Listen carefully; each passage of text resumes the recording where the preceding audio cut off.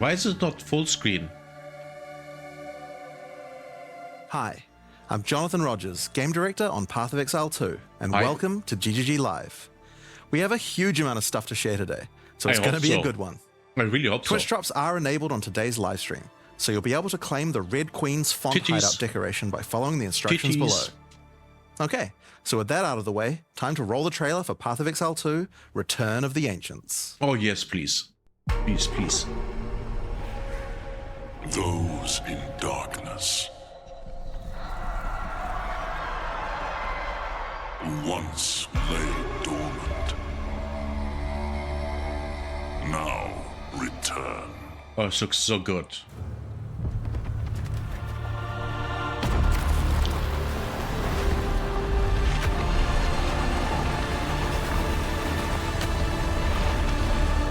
We who came before rise again.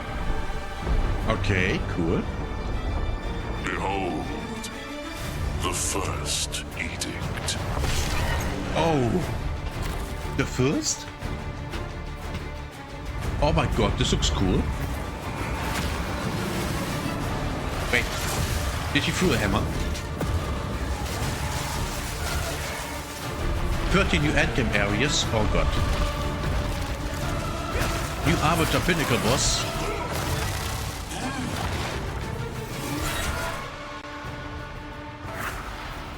Oh, oh, she's hot. Ritual rework, nice.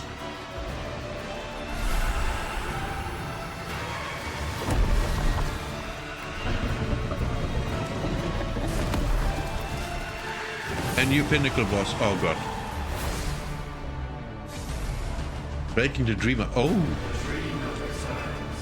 I knew it. They're back. I knew it. Breach rework. Oh yeah. We become one.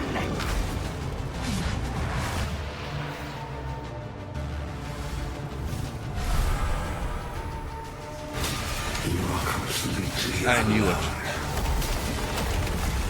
Oh my god, this is so good.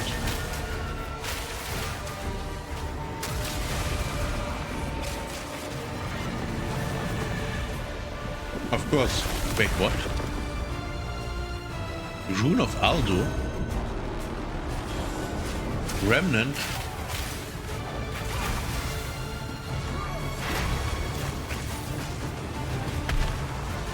Oh, this... Oh. Expedition rework, yes. Explore the ocean? Oh my god. Oh my god, this is so cool. Masters of the Atlas. Continue the search. See what you can find. Oh. Atlas Glove. Wait. Is this mercenaries? 50 new bosses at Pinnacles. What the hell? Oh. Wow. I'm impressed. New crafting system. Yes. Oh my god, yes.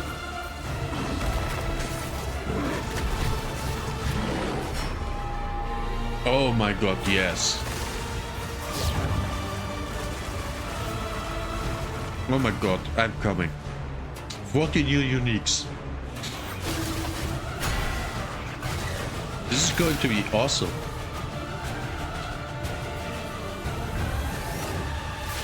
To face us is to face oblivion. This is awesome. This is so awesome. But wait, we didn't see a new class.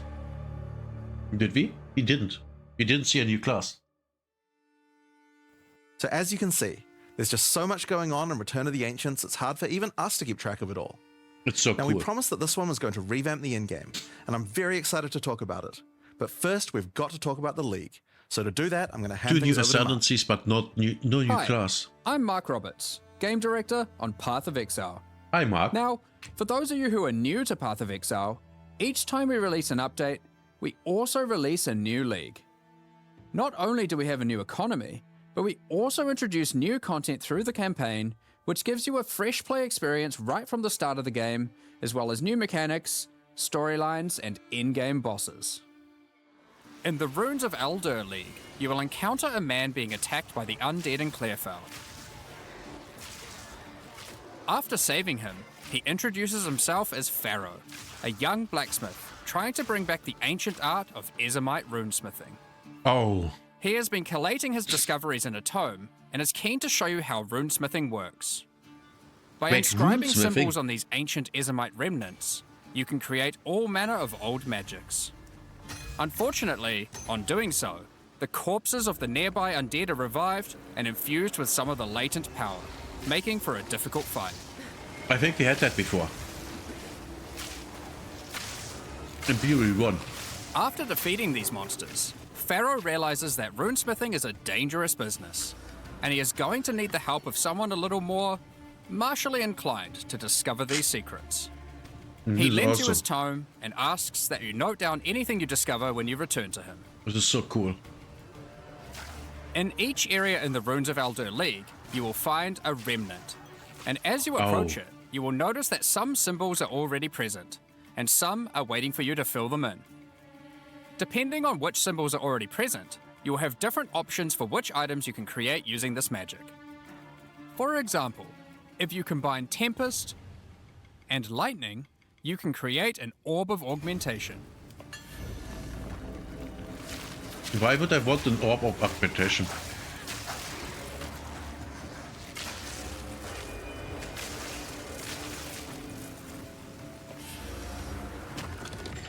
Why? But be careful. The symbols used to craft the items also empower the monsters around the remnant, who will be revived as undead to fight again with different properties depending on what runes you use. Why does that thing not craft onto So, one if you of use the a fire items? rune in your recipe, the monsters will be empowered with fire. Or if you use a moon rune, lunar beams will rain down as you fight the monsters.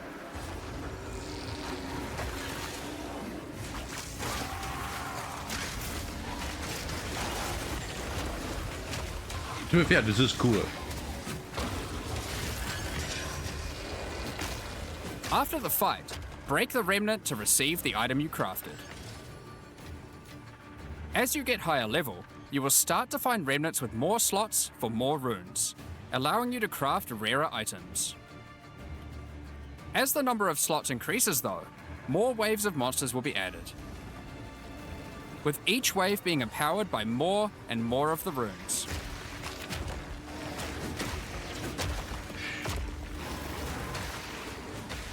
And this can get pretty dicey, because some of the runes can have powerful effects.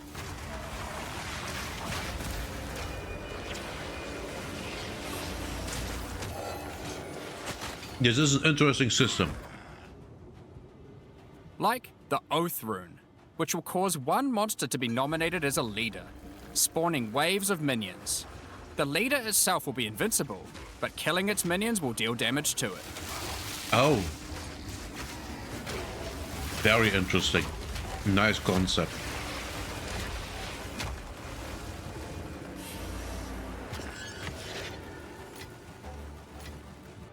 Some recipes can get pretty large, requiring 6, 7, or even 8 runes. Man. But don't worry, you won't have to remember them. Pharaoh's runecrafting book will record all the options, allowing you to simply pick which one you want to craft, given the existing runes that are already on the remnant.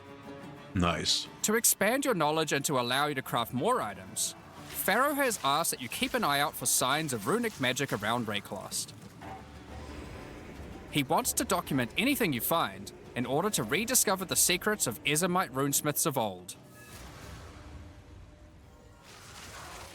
The first of these can be found in Ogham, and reveals to you an ancient secret, buried Nice. deep underground. What do we get here? The runic magic which the Ezomites believe to be their own is actually of Kalguran origin. This looks good. Thousands of years ago, the Kalgurans came to Rayclass to find sources of Verisium, a metal on which engraved runes allow control over reality.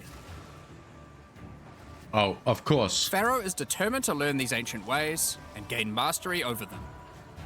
If you can bring him more Verisium, he'll be able to use it to smith power into any armor, granting you Runic Ward, the power harnessed by the Kalgurans since ancient times. Runic Ward is a new resource that protects you Of from course. death.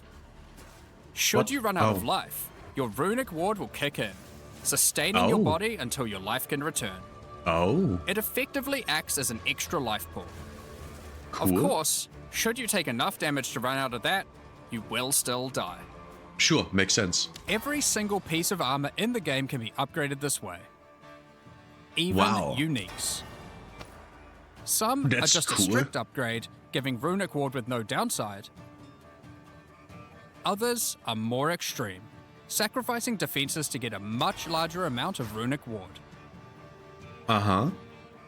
There are even some that add new modifiers to uniques entirely, making them much more viable for higher level play. But the Kalgurans use Runic Ward for more than just a defense. It can also be used to power many other magics. Instead of using gems created from corruption, the Kalgurans used runes of power and fueled them with Runic Ward.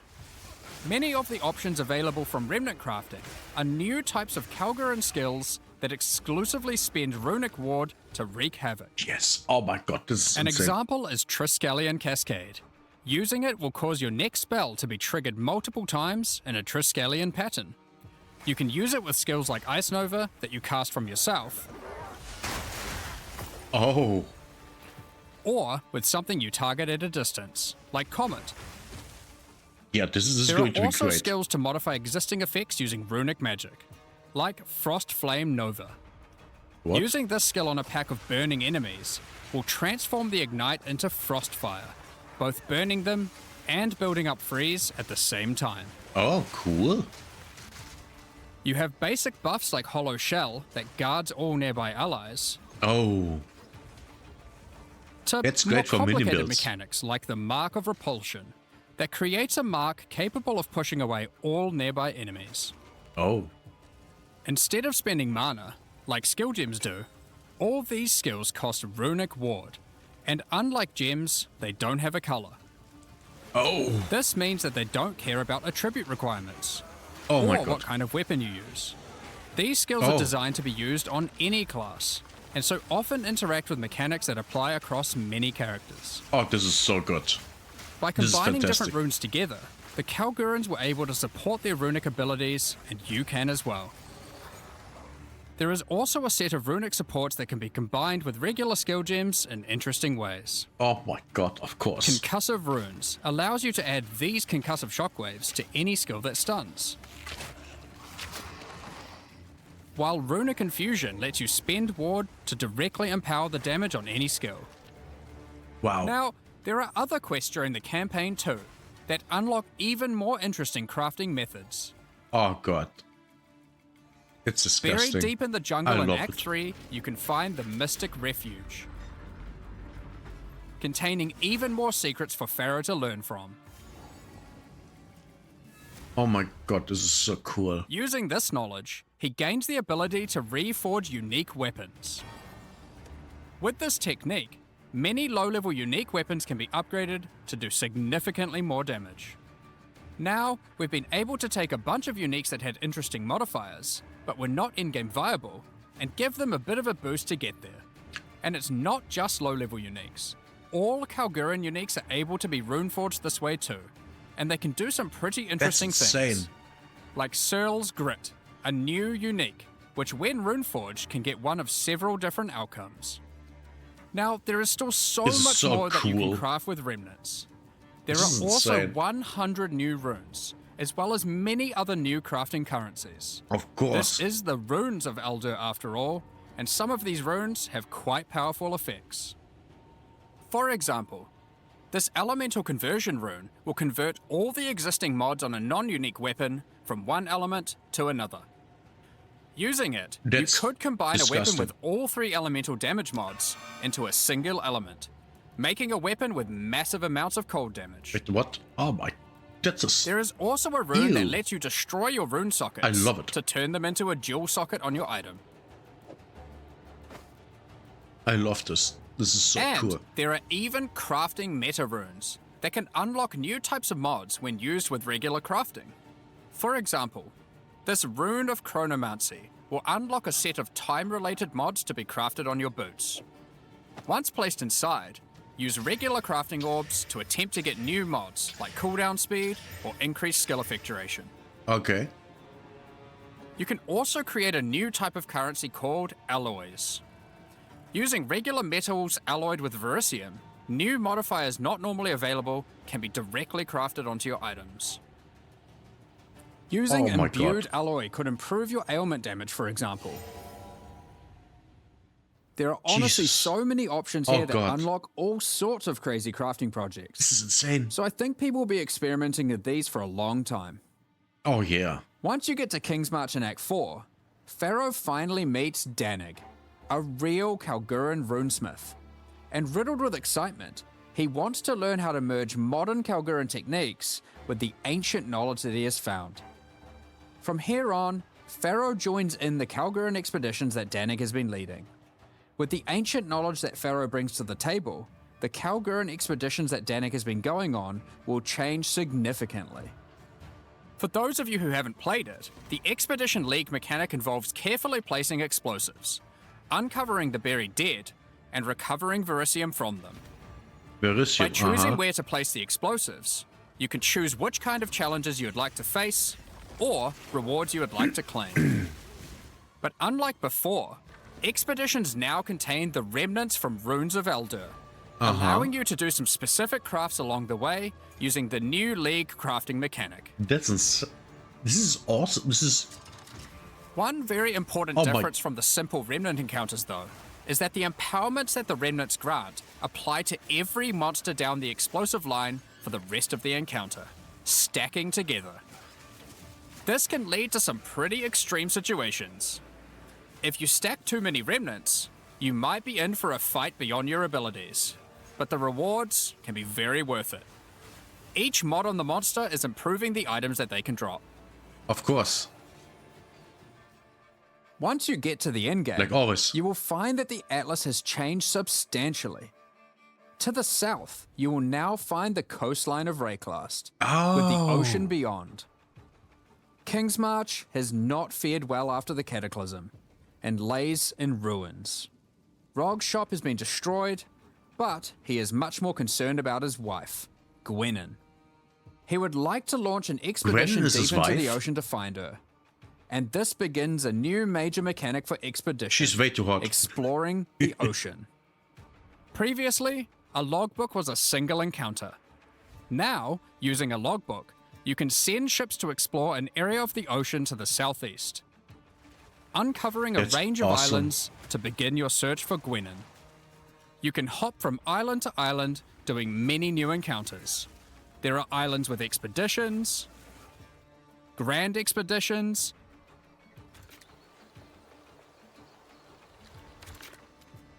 new bosses, I will at least try and that. all sorts of other unique things to find. Eventually, you will find the island that Gwenin has been holed up on. It turns out that she has found the tomb of an ancient Kalguran, Medved. While she Midwit. appreciates you coming to her rescue, Of she course. is still keen to blow open the doors of the vault and take whatever you can find inside.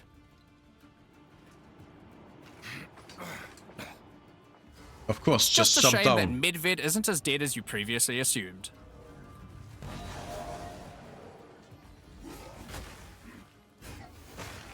Oh, Medved, not Midwit. Now, Okay. after you have defeated Medved, you will find another logbook. And this time, you can use it to choose which direction you want to explore. The ocean is vast and contains a huge number of new islands to find. With each logbook, you can explore one sector and you can go as deep as you like. Oh my god, this is cool. There are all sorts of interesting objects to uncover and dungeons to explore. Many of the islands have expeditions with totally new mechanics. So for example, here is a volcanic island with voltaxic sulfite. Oh, Blowing of up the course. sulfite will unleash extra waves of enemies. Naturally, But there is yes. also this wall with a suspicious light coming from behind it. On blowing it open, a giant ogre comes out, and he is determined to eat as much sulfite as possible. Of course. What else would we do? The more sulfite mounds that you have blown up, the more empowered and the more rewarding he will become. Uh-huh. I see. These islands contain all sorts of little secrets that you can find and blow up. Free trapped wisps, blow open root doors, even raise ancient precursor technology. Of course. And of What course, else would you do? more bosses. There Of are more course. and further vaults to blow up, and one of them in particular is pretty important. The Tomb of Uhtred, the Star Drinker. The Star Drinker.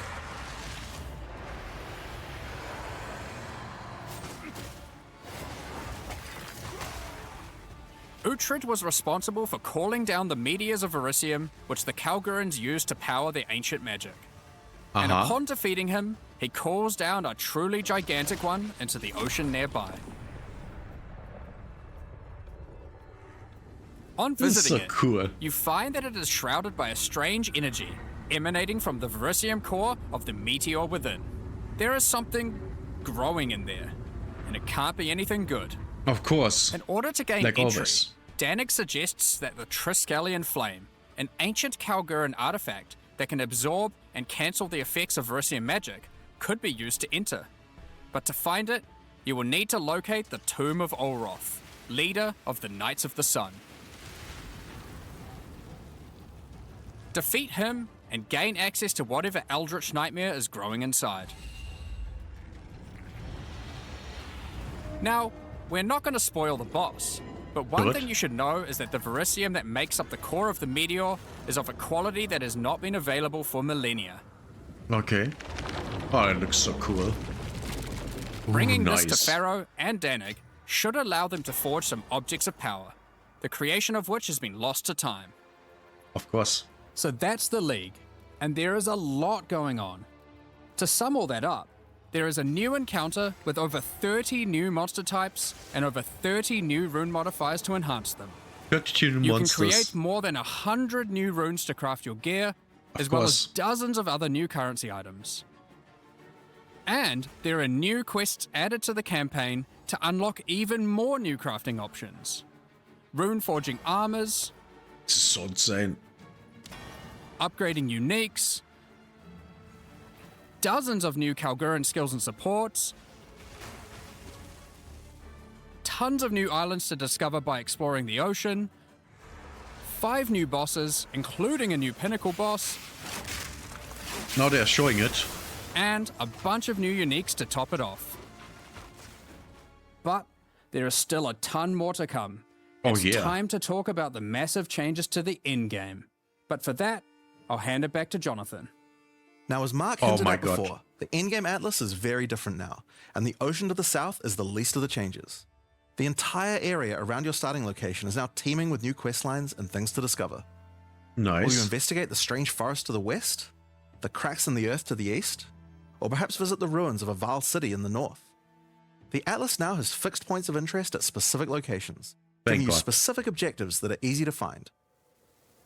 Like before though, no matter which objective you choose, going to towers to see what's out there is always a good idea. Sure. The first time you do that though, something new happens. The earth shakes, Uh-huh. and a gigantic fortress rises from the earth. A remnant of Good. the ancient precursor civilization. And now what? Oh, cool. Oh, wow. The The wall. cataclysm of the beast has caused an ancient protocol to be invoked. Should corruption ever take hold to this degree, the world must be scoured and purged of corruption. You will need to make your way into the fortress and activate the gates. Gain the keys to reach these ancient precursor weapons and disarm them. But this will be no easy task. The is fortress has cool. many areas to explore and many new things to find. What the? You will power up ancient machines, fight new and deadly foes, discover many new areas, and uncover some dark secrets. What's he doing? Now, the Fortress is the first of Oh the my new full God, in-game I love storylines this. that we're adding in 050, and there's a lot going on with it. But not only that, it has some pretty cool new mechanics as well. The areas inside the Fortress are special. Many of them have new mechanics or rewards that they grant. Like this map, where all the rares are contained in essence crystals. Oh. That's good. Or this one, which replaces all monster packs in the area with strongboxes. Oh, that's something. Or this one, which spawns an Ismeri spirit that always moves on from a rare after you kill it, allowing you to chase it through the entire map. Oh, interesting. Now have they changed the spirits? Or are they still the same? Now, just like the normal areas of the Atlas, you'll need to fight the map boss of each area to complete the map. But unlike a normal map, the ones in the Fortress each contain precursor nodes after the boss, and activating these nodes will give you points for the new and improved Atlas passive tree. Oh, okay. Now, we had an Atlas passive tree before, but it was one of the areas of the endgame that just wasn't up to scratch. The Atlas tree now works quite a lot differently. We have significantly upgraded the kind of mechanics that you can find on the Atlas tree. Nice. Like this one, that gives a chance to make rogue exiles you fight retreat from combat and move to an adjacent map. Before Why? you fight them again, they'll upgrade their gear and come back with a grudge this time. Oh. That's nice. There are also a lot of nodes that combine mechanics together in new ways. Like this one, which lets Ismeri spirits possess strongboxes.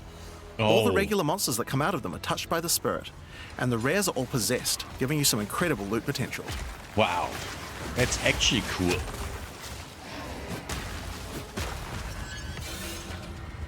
Now you want to be freeze You resistant. get points from every single area you Doing that. complete in the Fortress, and unlike before, that means you can allocate the entire Atlas tree. Yes, this whole tree can be yours. This change is pretty important, since it allows us to be able to create many types of bonuses that we wouldn't have been able to create before. Wow. Like this one, which gives a chance for cities to be invaded by another faction, and can even allow it to contain 2 faction leaders, allowing you to get 2 crisis fragments. Oh. If we'd done this kind of thing in the old tree, we would have wanted to spec into it before running a city map, then unspec out of it before running anything else. With full allocation, we can have cool bonuses like these. Wow. Now, obviously, we still want to make sure that That's you have choices fantastic. that define your in-game Atlas build. So many nodes in the Atlas tree are now multi-choice. Everyone will get the node, but which bonus you choose to use is up to you. Oh. Do you want your powerful boss maps to contain more essences, summoning circles, or rogue exiles? Oh. But there's also nodes that contain more unusual things. So for example, on this This node is you can cool. choose. Do you want to give a chance for shrines to instead be given to the map boss in the area, making them more challenging but dropping special loot? Or would you rather give a chance to be given a shrine buff before entering boss arenas, making for an easier fight?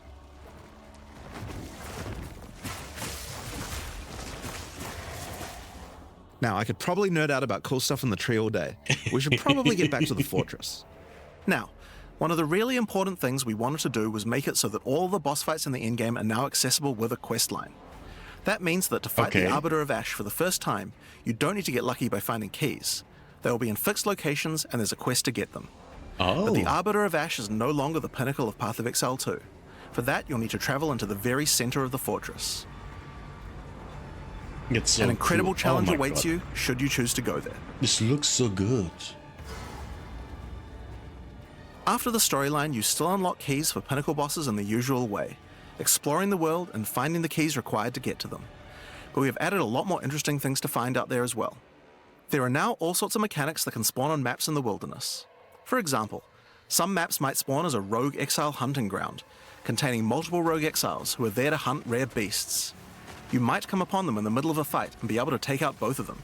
Do we even have maps? As Or a map of drops? champions that makes all the natural inhabitants of the area into magic monsters. Or this one that causes all shrines in the area to release Ismeri spirits when used. Cool.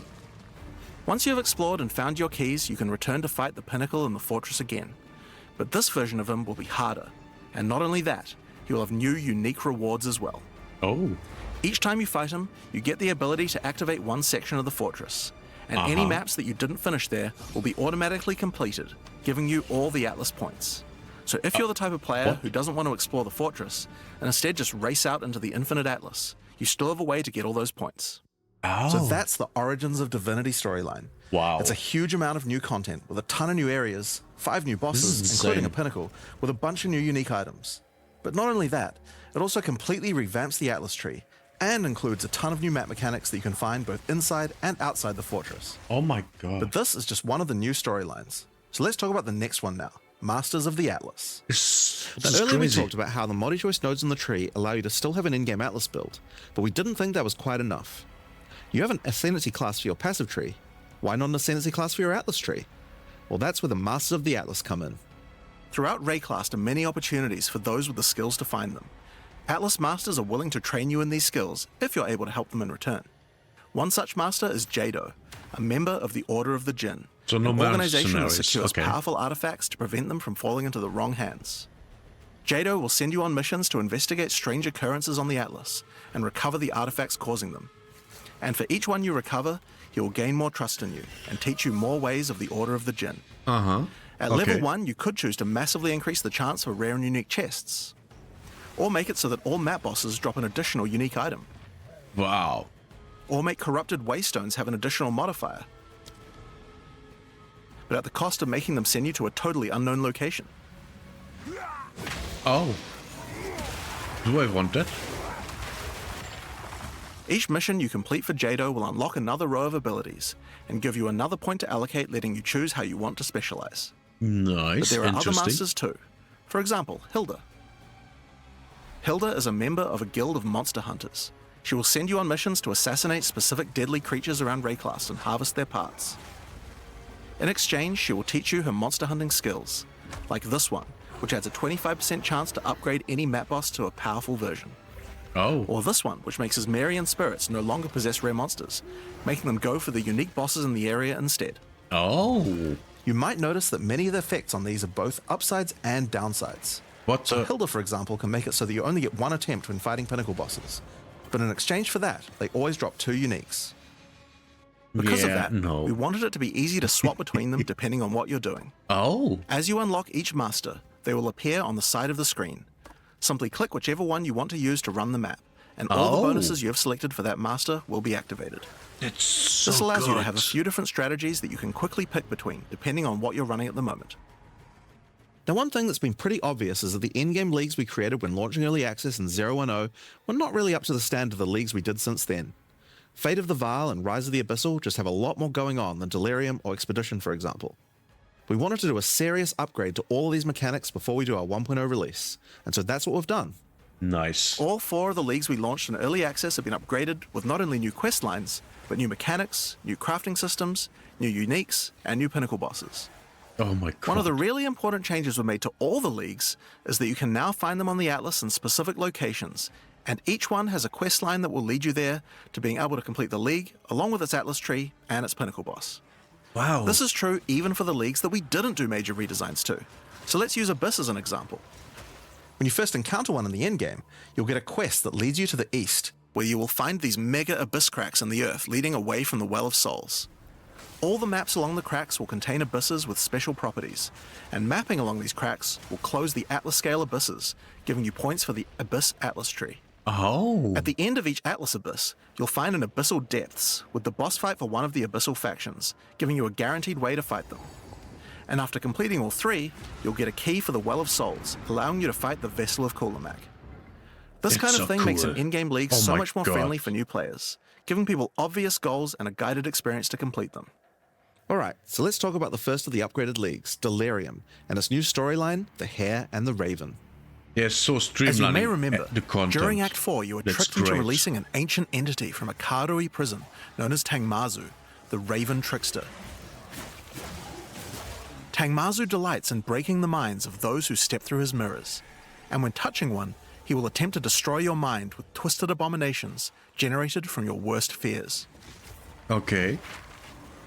In Return of the Ancients, the first time you approach one of his delirium encounters in the endgame, you will find Elder Maddox locked in a trance. His mind is trapped in one of Tangmazu's delusions, and you will need to free him.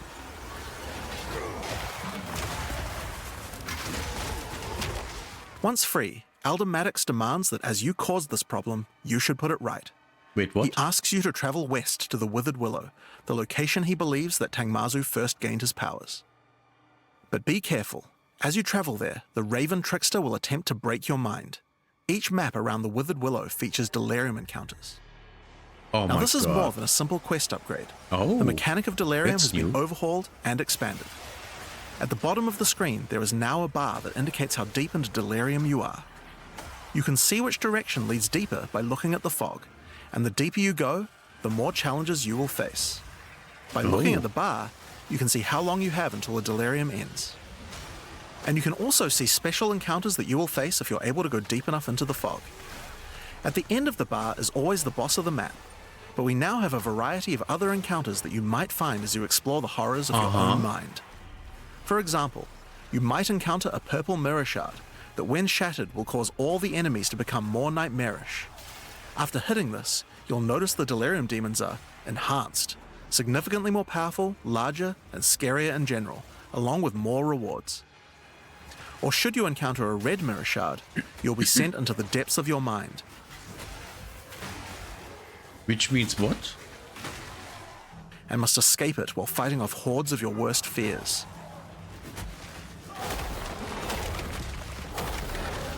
Why does If everything you are just able look to so do cool? so, you will gain a powerful amulet with 2 instilled notables on it. Once you reach the Withered Willow, Elder Maddox discovers that a shard of the mirror is missing. You will need to track down Tangmazu and restore it if you have a hope of discovering how to defeat him, and that means entering the Raven Trickster's mirrors in an attempt to locate him.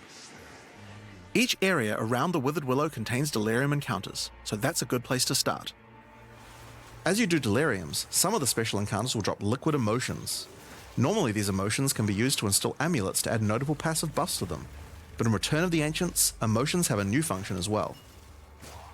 Each one now has the ability to add crafted mods to jewels, allowing you to add specific mods to an item slot that can be quite difficult to roll. For example, Liquid Despair will allow you to add critical hit chance, while Liquid Suffering will allow you to add movement speed or Air of Effect to your jewels. But there are Oh many my more. God. Once you've done enough delirium encounters, the location of a grand mirror, an entrance into Tangmazu's realm, is revealed. But Oh. it won't be that simple to enter. Using his powers, he reflects the map boss for a ridiculous empowered fight, then destroys the entrance into his realm of madness.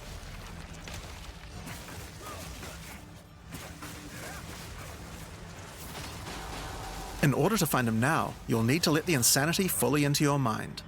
A strange course. fruit is left behind which you can consume to fully embrace the madness in an attempt to reach the Raven Trickster's realm. Consuming the fruit will cover an entire area of the Atlas in fog, and every map you do in the fog will get progressively harder and harder as you explore the deeper reaches of your mind. Cool. At some point you enter a new layer.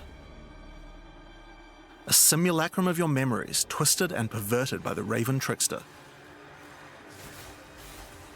Should you be able to complete the simulacrum, Tangmazu will believe that you are worthy of a true challenge, A true and will let you challenge. take the remaining shard of his mirror, allowing you to enter his realm of madness back at the Withered Willow. If you dare to face him, it will be a fearsome challenge.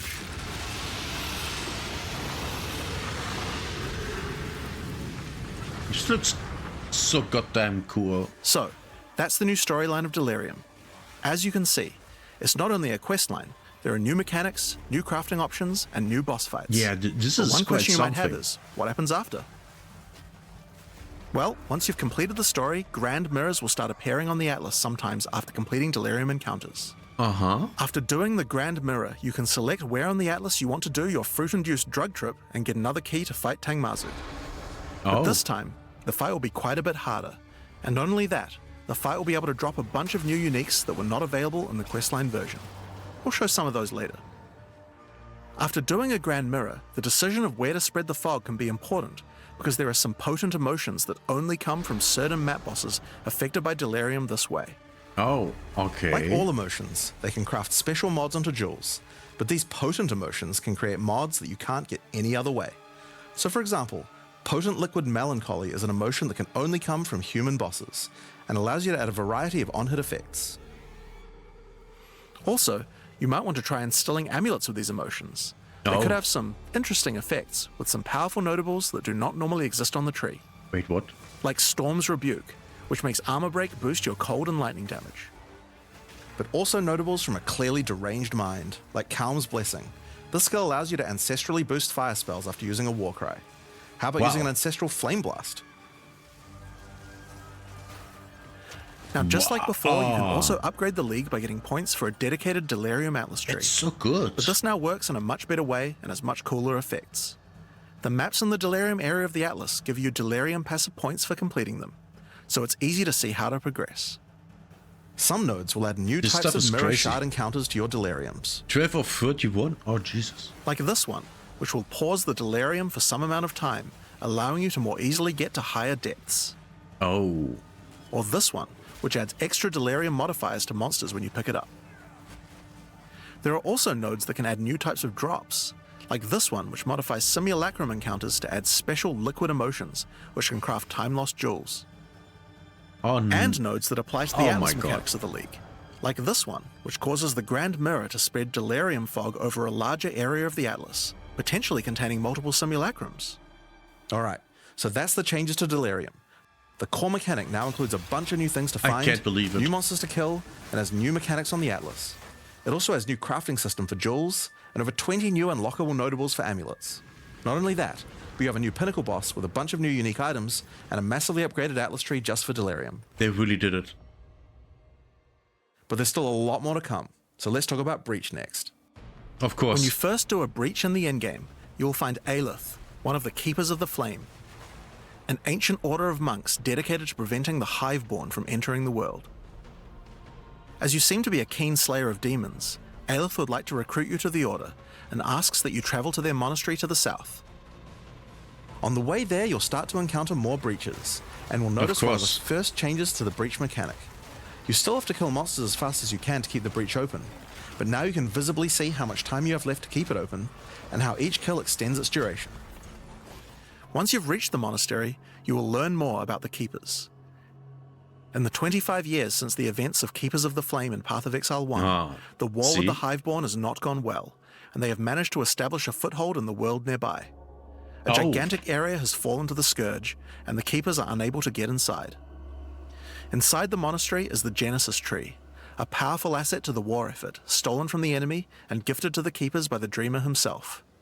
Using the tree, Aelith could create a breach stone and penetrate the Hiveborn foothold, but without Hive Blood, the tree has withered. To get Hive Blood, you will need to take advantage of another new mechanic of breach.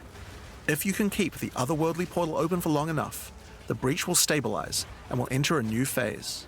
Oh. The Hiveborn will send their toughest miscreations to defeat you, and the breach will not close until you can annihilate them, dropping Hive Blood that you can use to restore the Genesis Tree. Wow. In some cases, you may even attract one of the deadliest foes the Hiveborn can offer, a Marshal of Zesht. These monsters also drop womb gifts, and if you take these to the Genesis Tree, they can be used to craft items to help you in the war against the Hiveborn. Wait, Given what? that 25 years have passed since the items, beginning of the war, the tree has grown and withered many times, but with each cycle it learns and expands its abilities.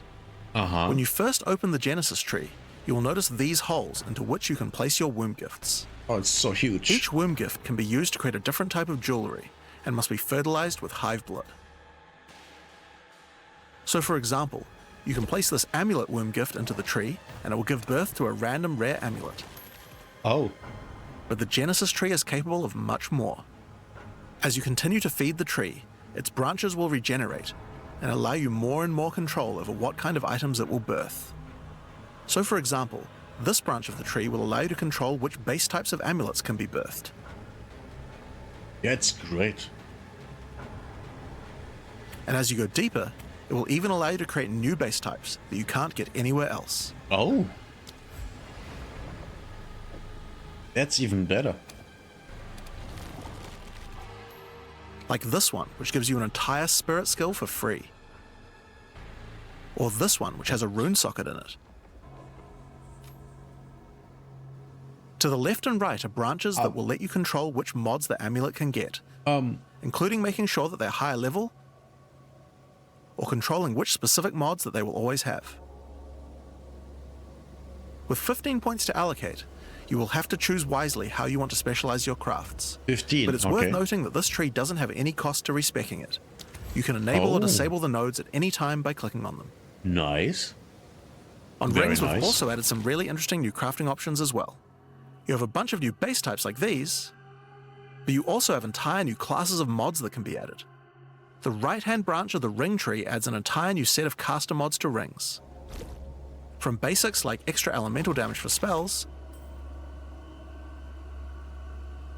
or more niche options like this mod that increases the rate you gain seals for Unleash. Expectations. What?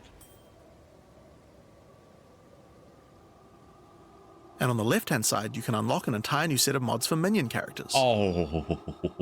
This stuff is actually pretty important, because casters and minion builds didn't have as many slots with interesting item crafting compared to attack builds. Very, very The Genesis tree narrows true. that gap. There are also trees for belts and currency. I won't go over them too much here, but there are all sorts of goodies in these too, like being able to create new catalysts for jewels, Oh my god. or a belt that gives lightning damage. Once you've done enough breach encounters, you may finally get a womb gift capable of birthing a breach stone.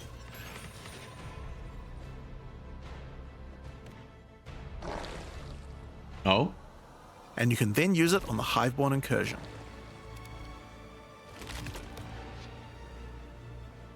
Once used, the true extent of the Breach Demon's foothold becomes clear. Oh. They have not only transformed the land, but constructed huge sky hives as well. When you enter the outskirts of their realm, you will discover breach hives. Using the power of the Keepers of the Flame, these otherworldly structures can be burned away when walking through them. But for each one destroyed, more of the Hiveborn will attack when you attempt to purge the hive. Uh-huh, okay. So, just These like in encounters are PoE1. particularly rewarding for womb gifts, so you'll want to do as many of these as you can. Yes, I always But your liked that. real goal are the sky hives deeper into the domain. I always liked the Keeper of the Flames thing.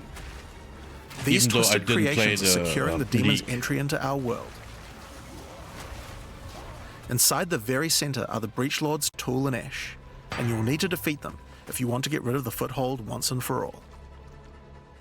Now, once you've completed the questline version, there is still more to do. Of You will course. find other breach domains on the Atlas randomly in your travels. For each one, you will need to find a breach stone, destroy the sky hives, and defeat the breach lords. And doing these encounters is what will give you access to fight Zesht, the existing breach pinnacle boss, which you can access by communing with the Dreamer himself inside the monastery. Oh boy. While completing the questline for Breach, you will also be gaining points for the Breach Atlas tree, and there are a lot of cool new options here. 30 points. This node will cause breach hives to spawn outside of the Hiveborn domains on the Atlas. And this one will give Aelith additional abilities that you can use while attacking a hive. Oh, okay. Like this one, which causes all Hiveborn in the next wave to be magic, drastically increasing their difficulty in exchange for way more items. Uh-huh. There are also nodes that allow you to control your rewards, like this one, which adds a set of new lineage supports to the Marshal of Zesht. Of course. Or this one, which lets you This is control which insane. womb gifts you will get. Oh my god. There's also some nodes that affect the Genesis tree, like this one, which will cause Zesht to drop his head, which when returned to the Genesis tree, will grow a grasping orchid on the side of it. You'll have to experiment to find out what this thing is good for. Putting rings on its fingers seems to make it happy. Those So are that's a fingers? rundown of what you can expect from the new Breach questline. There's a new stabilization mechanic for breaches, hive encounters, and Hiveborn incursions on the Atlas. Aren't we But missing you also one? have a huge new crafting system and new bosses as well. Alright, so let's talk about the Rite of the Nameless storyline next. When you first complete a ritual in the endgame, Aoife, a lost spirit, will appear. She appears to need your help, but isn't able to communicate more than a few words, beckoning you to come to the Wildwood. Like the other leagues, Ritual now has a place on the Atlas to call home. Of course. The Wildwood could be found to the west. When you first arrive there, Aoife's spirit will guide you in, where you will discover that inside the Wildwood, spirits can take physical form. Aoife has been bound to this place by the King in the Mists, and requests that you free her, but in order to do so, you will need her body currently in possession of the King. To reclaim it, you will need to gain an audience with him. Inside the Wildwood, there are many ritual encounters to complete. Like before, in each area, triggering rituals will resurrect the nearby bound monsters to attack you, and killing the monsters will give you tribute. In addition, each ritual you do in the area will add the monsters from the previous ritual, making the encounters much more challenging the more rituals you complete. Once you've completed them, spend your tribute to get items. Now, an important change to the rewards of Ritual is that all the items in the reward window are now uniques or omens, making this league's rewards much more valuable than before. Yeah, In order to gain an audience with the Nameless King, you need to sacrifice tribute to him. Any remaining tribute you don't spend can be sacrificed this way to fill up this bar. Once you have enough tribute for an audience, return to the Wildwood to divine his location with the Nameless Shrine. His location will be revealed deeper in the Wildwood, and you will need to make your way to him, kill him, and get Aoife's body. Using her body, you can attempt to release her spirit, but this is when you learn about the true threat of the League. The Wildwood is built on top of an ancient prison. The King in the Mists didn't gain his power out of nowhere. He was granted it by an ancient being of darkness known as the Bodark. Of course. And the Nameless King's use of this power has been causing the prison to weaken. In order to prevent the Bodark from entering the world, a champion will need to enter its prison and beat him back, but those with a name are unable to survive there. In order to do so, you will need to transfer your name to another with a new mechanic in the Ritual League, the Rite of the Nameless. The rite will begin in a nearby forest. At first, it appears to be a regular ritual encounter, but that will soon change. The final ritual of the area will include the map boss.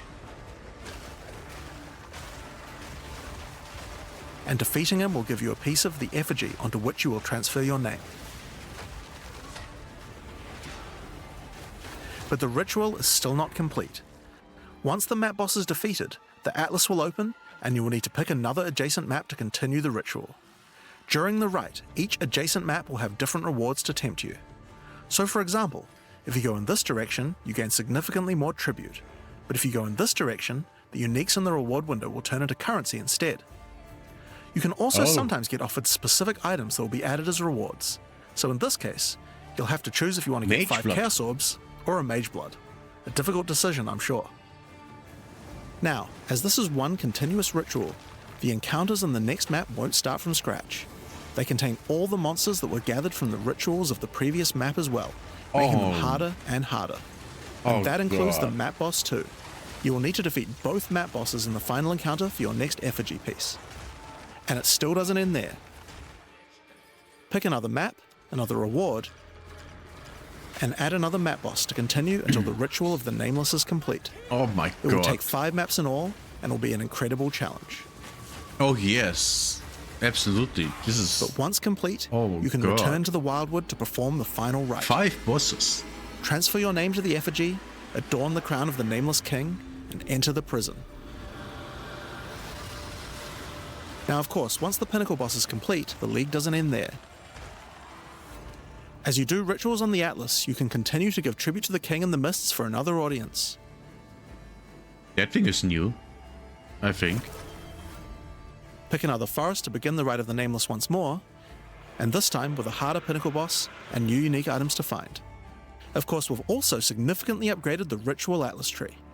Get points by completing maps in the Wildwood, and you'll be able to unlock some pretty cool nodes. Some of them affect the Rite of the Nameless, like this one, which extends its duration. You thought fighting 5 map bosses at once was hard? How about 6? Or this one, which makes maps during the rite have more reward mods, often having 2. You also have nodes that allow things to combine with other content, like this one, which gives a chance for rituals to be created inside summoning circles, adding a random boss to the ritual encounter. Of course. There is even a node which adds a new type of possible ritual, the Audience with the Queen, which causes the Bride of the King So to sometimes insane. appear. Okay, so that's Ritual. But let's have a look at what this means for endgame content as a whole for Path of Exile 2. When you boy. include the expedition changes made by the League, we have a total of 5 new in-game storylines, each of which has a hub, crafting systems, areas to explore, NPCs, and a pinnacle boss as a capstone. Not to mention the Masters of the Atlas storyline as well. But more importantly, you now have immediate quests as soon as you arrive at the endgame, and goals with obvious progressions that you can see how to finish. Each in-game questline has a progress bar that you can pop out from the side of the Atlas screen at any time. Nice. That shows you how far through you are, Very and buttons that nice. will take you to the hubs for them. Oh, Overall, that's it's just a awesome. way better in-game experience with a significant number of fun objectives to complete. But just in case you didn't have enough goals, we did have one other thing that you might want to complete this league.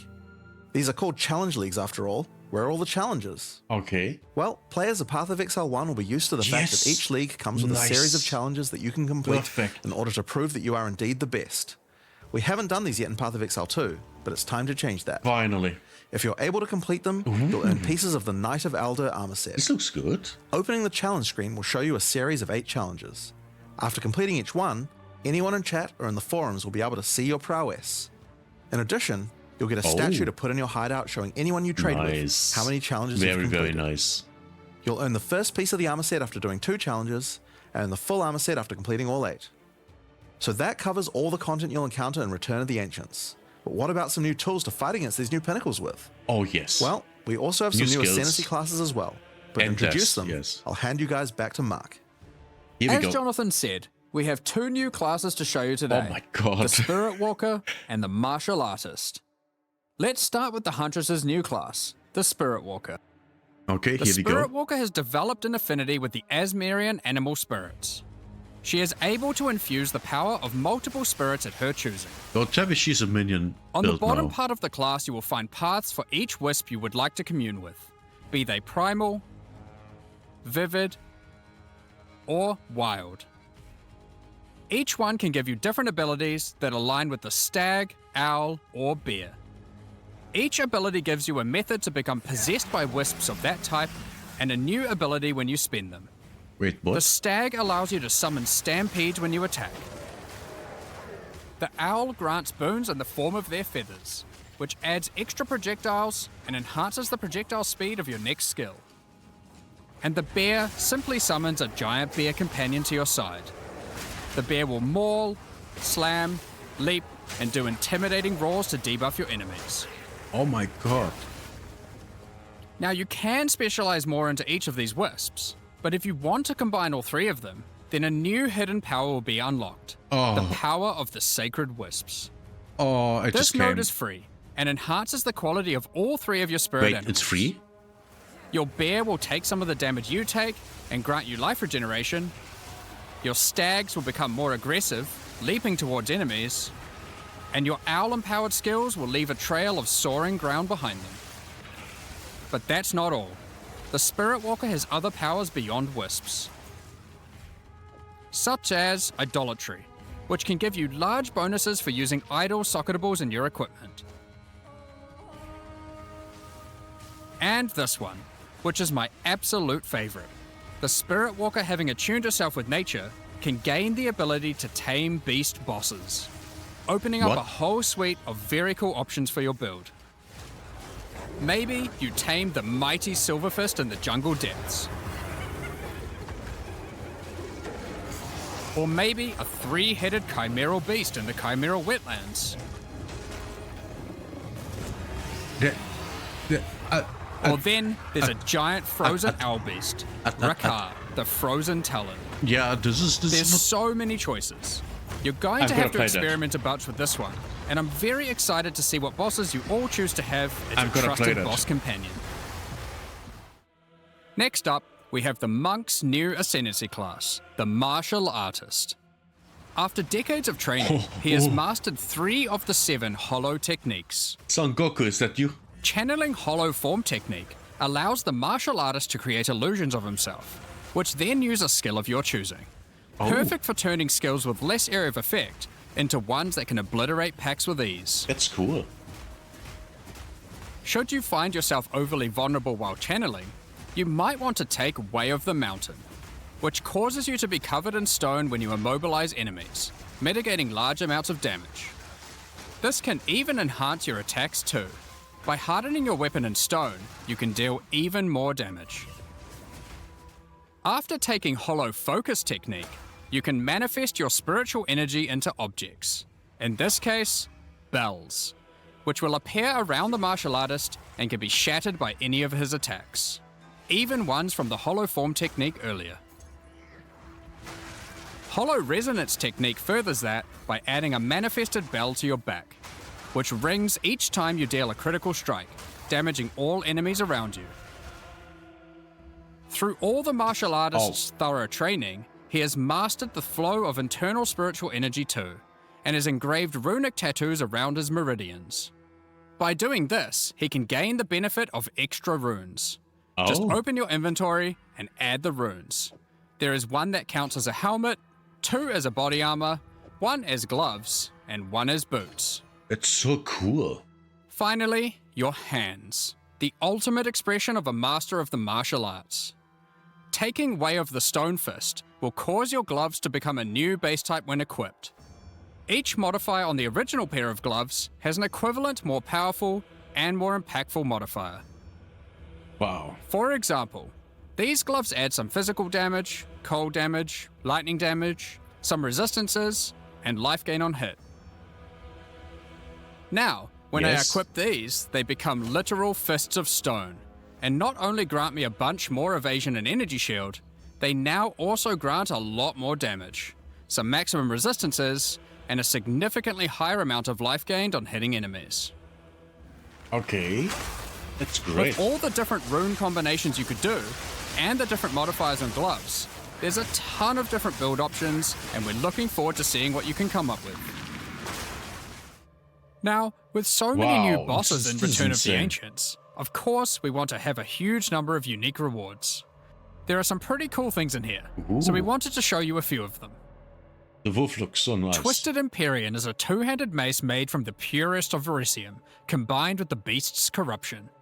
It converts all of your mace's skills fire damage to cold, and visually does so too, turning your volcanic fissures into glacial ones. This mace also comes with its own built-in skill, Starborn Onslaught. Using Glory, you can leap backwards, throwing your mace at the ground, creating Verisium fissures, before calling behind it a storm of cold, metallic bolts from the stratosphere. This is awesome. Next, we have Eventide Petals, an amulet that not only grants runic ward, but also comes with its own reservation skill, Midnight Zenith. This skill causes your critical hits to grant Arctic petals that hover around you. What? Once you have acquired enough of these petals, they will be consumed, creating a floral ice crystal near an enemy. Then, destroy that crystal to do devastating cold damage to everything around it. Oh, okay. It's cool. The Raven's Flock is a staff perfect for minion characters. Not only does it grant spirit reservation efficiency and minion damage, it also allows your minions to inflict grueling madness on hit, slowing enemies and making all other slows on them more powerful for maximum crowd control. That's not where this item shines though. It grants a skill called Spiraling Conspiracy. This skill causes a flock of ravens to circle you, dealing damage over time to anything near them. Killing enemies, or just by standing near unique enemies, causes the flock to grow, getting larger and larger. It's literally, for your PoE 1 players, fire. You can think of this just like a raven righteous fire. That's not all, however. These ravens are also minions, so they fully scale with minion damage and come with their own command skill, Mad Flight. This command skill causes your flock to create a tunnel of deathly damage between a set of illusory mirrors, obliterating anything in between.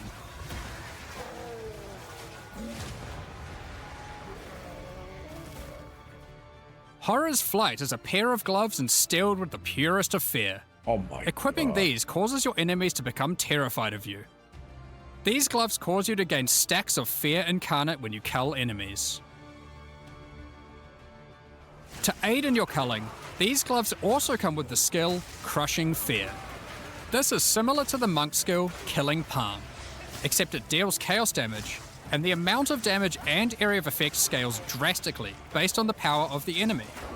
Oh, okay.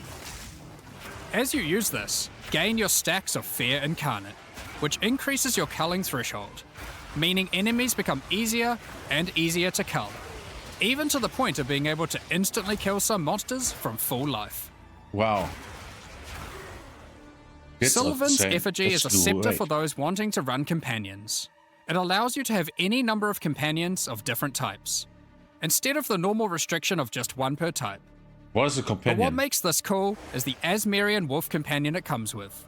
Okay. This is a persistent minion that bites foes to maim them, leaps to cause bleeding, and even howls to buff nearby allies. Additionally, it comes with the command skill Eternal Hunt, which when used it will howl, calling on the spirits to manifest spectral wolves to ambush all So foes what around class is this? you. Liminal Coil is a crazy wand. It allows you to apply as many curses as you please, but those curses will have no effect. What's the point then? 2 reasons. Firstly, your spells gain a bunch of extra physical and chaos damage for each curse on enemies. Oh, Secondly, that's massive. is the skill it grants called Coiling Bolts. This skill is a projectile spell that fires coiling physical and chaos projectiles with every cast. What makes this skill disgusting. truly special though, is that it will split and chain through every cursed enemy, causing an absolute ruckus. See for yourself. Oh, curse Periphery is a oh, unique God. bow, which utilizes all the powers of the Asmerian spirits by dealing damage of all elements. And Wow. all elements can cause all ailments. Wow. The coolest thing about this bow, Nasty. however, is the Asmerian Swarm skill. These are minions that are summoned when you kill enemies. They will pursue all nearby enemies, damaging them and inflicting a debuff on them that boosts your elemental damage even further. Disgusting. Watch as you mow enemies down, and the swarms of Asmerian wisps aid you, melting enemies one screen at a time. Oh my God. The love Ordained this. is a new spear, mastering in physical and lightning damage, It with has high 2 critical skills. strike chance too. This spear allows you to leech life not only from physical damage, but lightning too. Oh, of course. It also creates a fragment of divinity nearby periodically. What are those? Well, this spear has the skill Righteous Descent, which is an epic, Of course. divine leap, aided by angelic wings.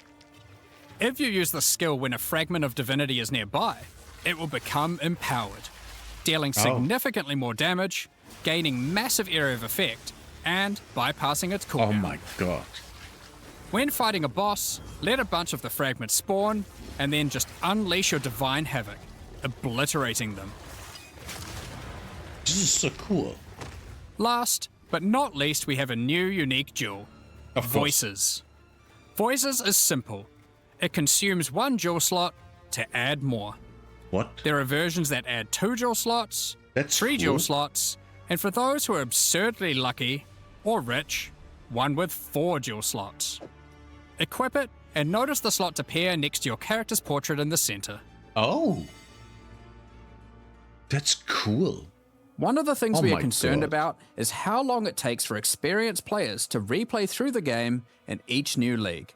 Okay. As we learned from Path of Exile 1, one of the things that can really help is having elements in the campaign that tell you where to go, if you know what to look for. Uh-huh. We'll cover just one example per act for acts 1 to 3, but there are many more than just these. For example, Hunting Grounds in Act 1 is a large, sparse area, containing Yes. multiple entrances and landmark encounters. Here's an example of some of the changes we've made here. Finding the ritual encounter in this area isn't too difficult. Now after completing it, a trail of locusts will lead to the entrance to Freythorn. Just follow it and find the source of the evil. Nice. You may also find corpses of dead animals, killed and pecked at by the crowbell. Thank God. You'll notice a trail of blood leading away from them. Follow the trail and it will lead directly to the boss. That's great. Thank you. We even put a signpost on the road to tell you which way to go to find Ogham Village. Oh, thank In you. Act 2, in the Mastodon Badlands, you need to find the Lightless Caverns and track down the Abyssal. Sure. Now to make this quicker, in the level you'll find these cracks. Just follow them, and it will take you right to their lair, allowing you to Perfect. find and unlock the Well of Souls. Thank you. In Act 3, the jungle areas have camps of explorers to sell you items. However, Yes. they are now even more useful.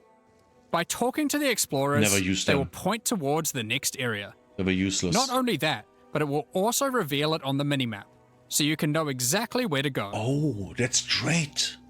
These are just some examples. We plan to do more Oh, and more thank of you. these over time in order to streamline the experience. Thank you. Thank you very much. This is Now, amazing. As this is an in-game expansion, This is so good. it makes sense that we would work on Atlas QOL. Sure. We've added a search box that updates live as you type. Nice. Have a specific map you want to run? Now they will be much easier to find. If there are multiple maps, hitting enter will move you from map to map. Oh. Now, making a character build in Path of Exile 2 can be pretty complex. Oh. And instead of designing a build yourself, Don't tell me. many players enjoy following online build guides. You We can have a implement pretty them. awesome community that has built many tools over the years for designing builds. Oh my But god. we wanted to improve the experience of following them. So, we are introducing a new build guide system directly into the game client. Thank God. Here's how it works. Community creators who write build guides can now create a new file format, a build file. Once Oh, downloaded, the thank you. builds appear in the in-game client, and selecting one will show you everything you need to know to make that build. Oh my god. So you can see all the passives you need to allocate, ascendancy points you need to take, skill gems you need to equip, and recommendations for all the support gems you need to use as well. This is awesome. For items, the build designer can specify which uniques to use in each slot, or if needed, just add some notes to the item slot to say what kind of item you need. This is In lovely. fact, build creators can add notes to just about any of these areas, allowing them to explain different trade-offs in context. Oh, or thank just you. give more info about how these things should be used.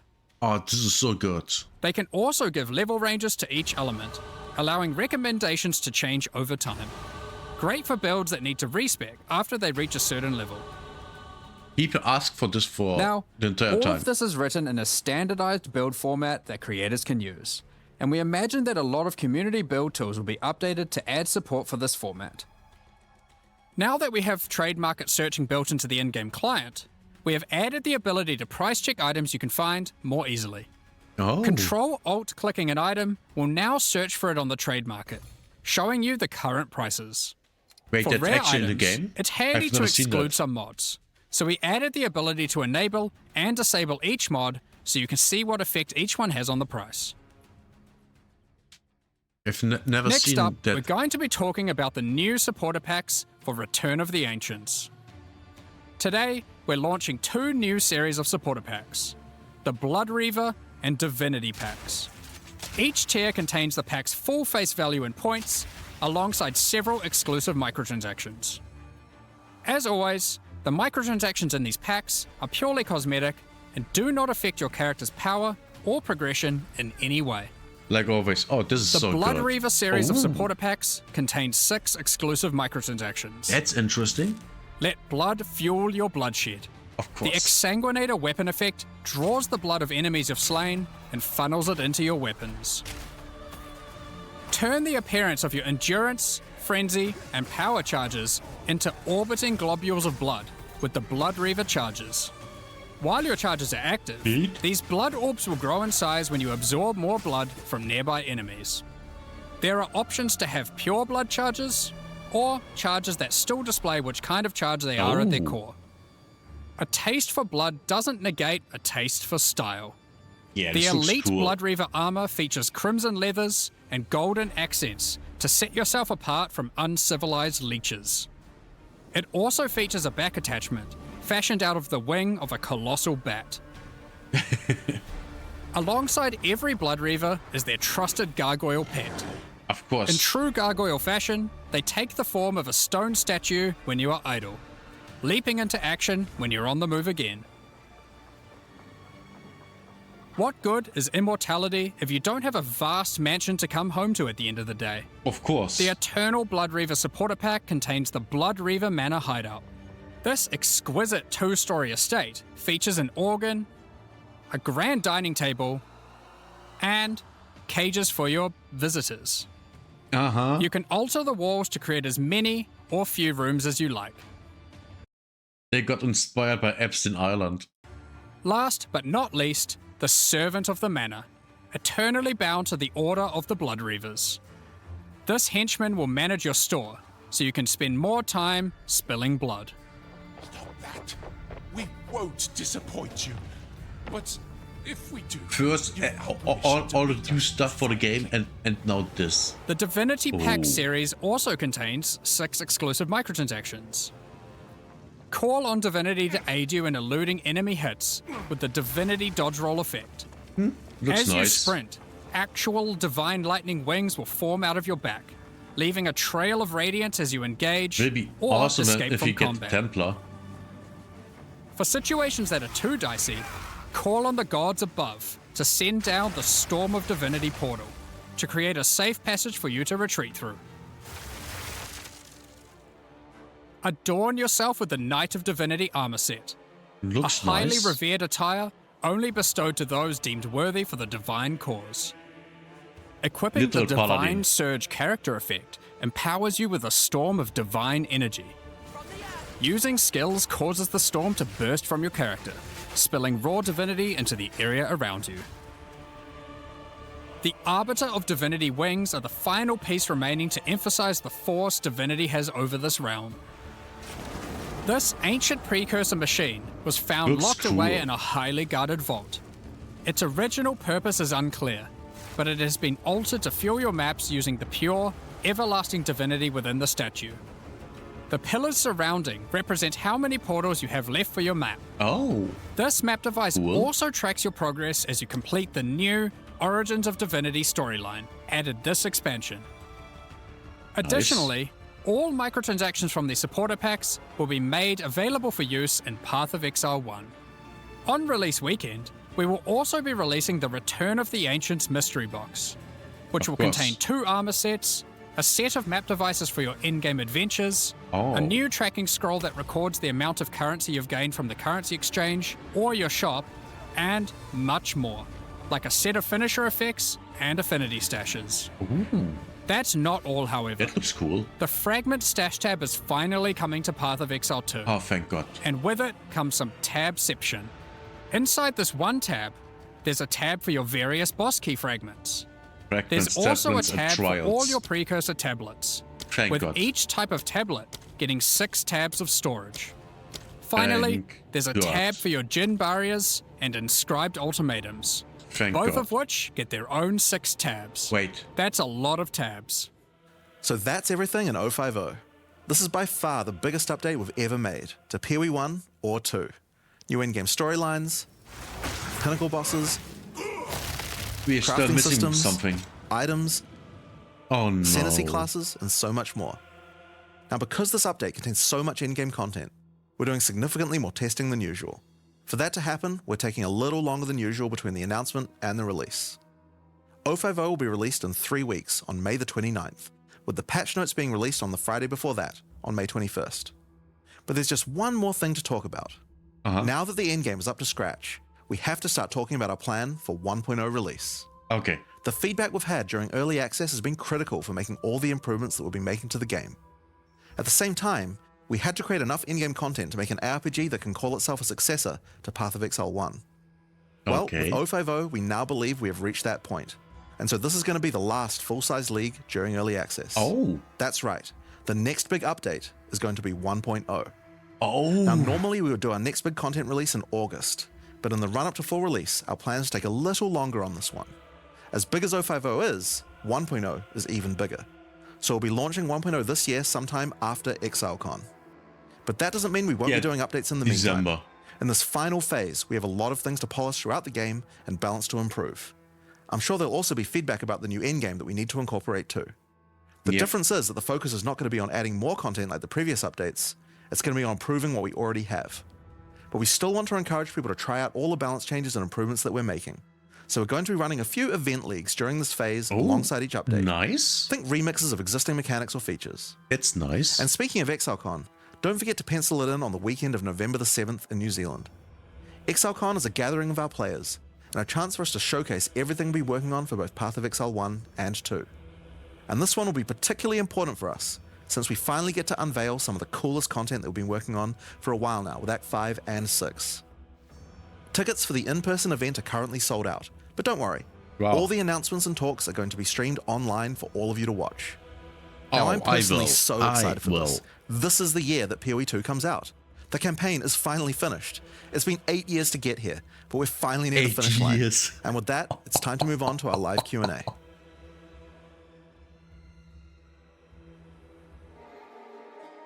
So what do the people think?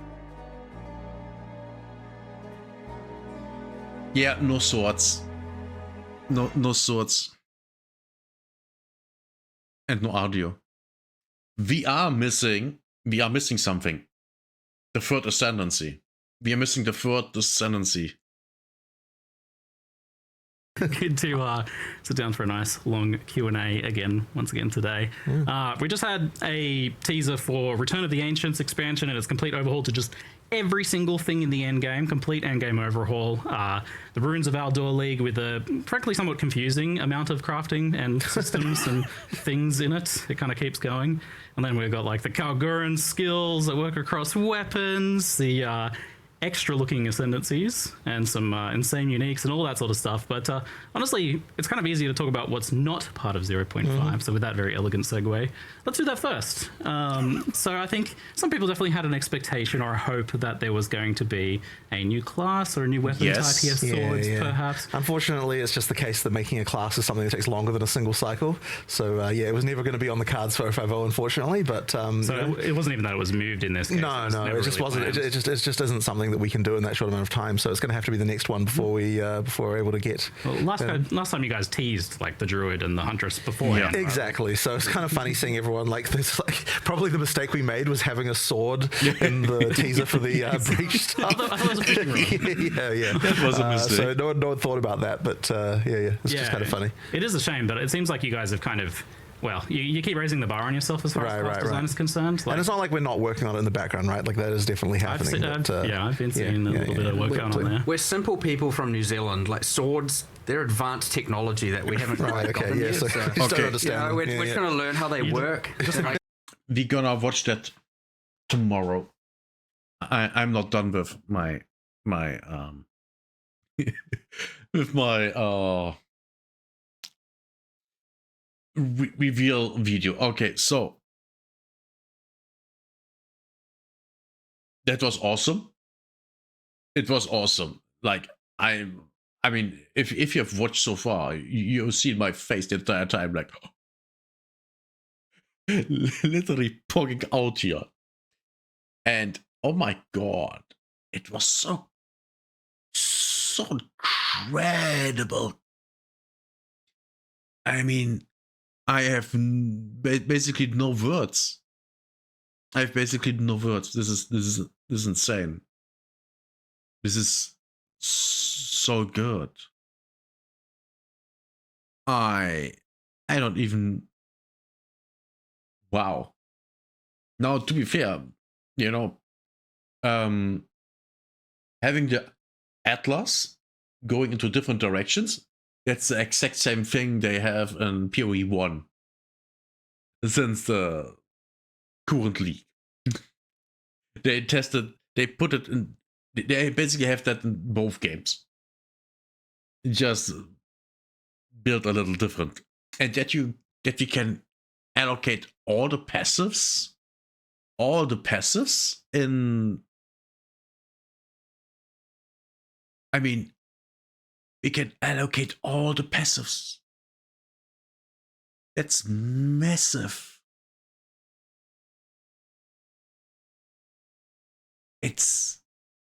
Oh my god. That's so cool. I'm looking forward to it. And I basically have decided that I will play a Huntress. I thought about playing Druid again or Sorceress and do a code build, which I already tested out kind of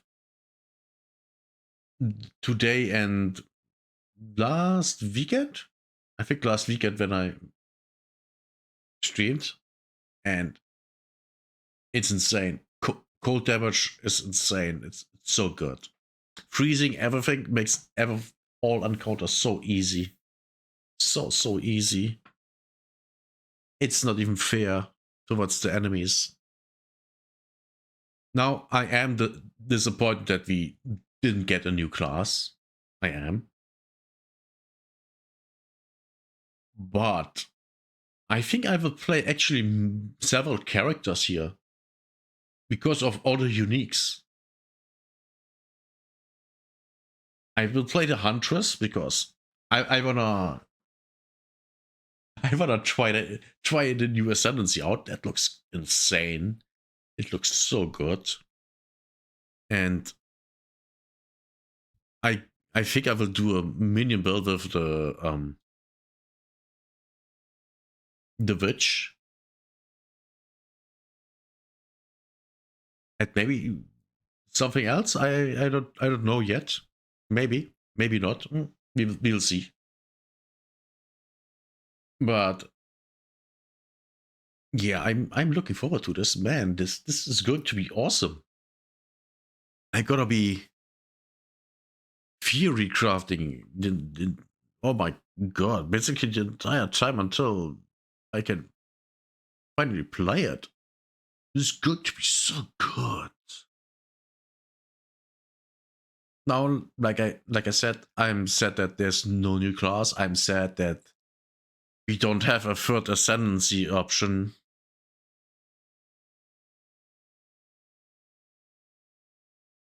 Yeah. What I'm really looking forward to is that the campaign is getting more streamlined. Because damn, it takes way too long.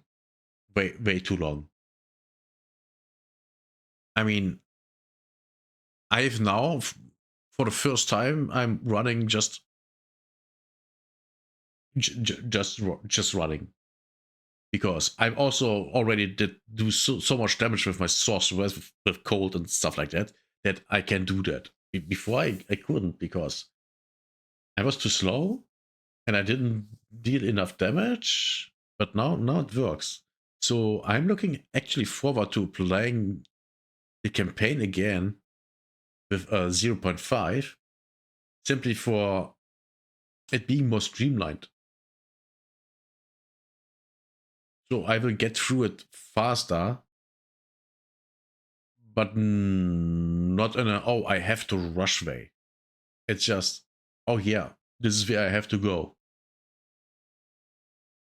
It's literally that simple.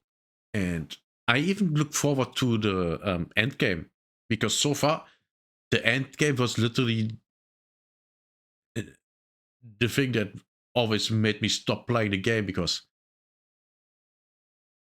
I played it and I was like, yeah, no, I'm done. The entire time, because I was just bored doing the same thing over and over again. You just bored me, especially if I only wanted to do other things. You know, I actually, well, turns out I like doing Breach. It turns out I like the newer Breach versions, and now it seems like I will be able to do that a lot, so that's good. Yeah, but I so wanna try the stuff of the crows and just running around, and everything around me dies. Now there was already a belt, a unique belt that had a chaos damage aura. So maybe combining these two would be even crazier. I mean, just imagine that, having the crow area, you know, dealing damage, and chaos damage from the belt. I think that would be overkill. Especially if you go with increased area of effect stuff. Oh. Just imagine that. Oh. Might be really, really painful. Wait. Oh my god, you can't put... I completely forgot that you know, the hour, that's a skill, right? So it will be in the skill bar, and you can oh Jesus. Oh, I forgot how it's called. I'm tired. It's almost midnight. Put super gems into it. Oh, this is going to be awesome. I'm really looking forward to this. Oh my god, this is yeah. Oh my god, this is going to be amazing. I'm so glazing this game. Oh my god. Now, what am I even going to do? I can't wait to play this. Oh my god. I don't even wanna play Arc Raiders anymore. Now that I see what we're gonna have in 3 weeks. This is insane. Now I do hope that maybe, I don't know, when they bring out a small event that maybe they release. No, I don't believe that they will, you know, just randomly release a new class. I think that will all come with 1.0, because anything else wouldn't really make sense. So yeah, I my guess is that they will a lot work on classes until the release in, I would guess, December. You know, perfect for Christmas. And yeah, I mean, the campaign is ready. The end game has to be tested, but it looks good. And now the only thing that's missing is classes. And with that, of course, also more skills. More skills. Oh my god. Yeah, this is going to be great. December is going to be an awesome month for gamers that like ARPGs. If you like Path of Exile 2, man, the rest of the year is insane. It is. I love this. This is awesome. Okay, and enough old man talking about how much he loves what he has seen, with some exceptions. If you like this video, consider subscribing, liking, and let me know in the comments what you think. Am I overselling it? Are they overselling it? What do you want to play? Are you disappointed that we don't get a new class? Are you disappointed that we... Well, basically that's it, right? No new class. Yeah, that's a major negative. Oh right, the ascendancy there. Yeah, and with that, we are at the end of this. See you next time. Bye bye.